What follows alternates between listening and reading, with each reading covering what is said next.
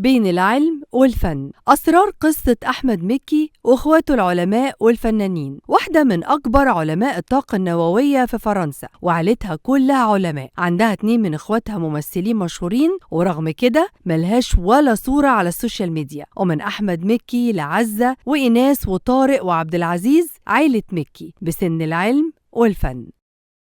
دكتورة عزة مكي أخت الفنان الكبير أحمد مكي، اللي طلع مش من عيلة فنية ولا حاجة، لكن عيلته كلها علماء ومهندسين. عنده 5 إخوات. أخوه الكبير طارق عايش طول عمره بره مصر، وقعد في فرنسا ما خرجش منها من يوم ما اتولد، وده دكتور في جينات الهندسة الوراثية، ويادوب بينزل كل فين وفين زيارة لإخواته في مصر. وهو اللي قرر يعيش في فرنسا وسط عيلة والدهم ويكمل حياته هناك بحكم إنهم من أصل جزائري. وأما أخوهم الصغير زيزو أو عبد العزيز، ده بقى مهندس ديكور قد الدنيا. واخته طبعا الفنانة إيناس مكي، اللي كانت هي أول حد في العيلة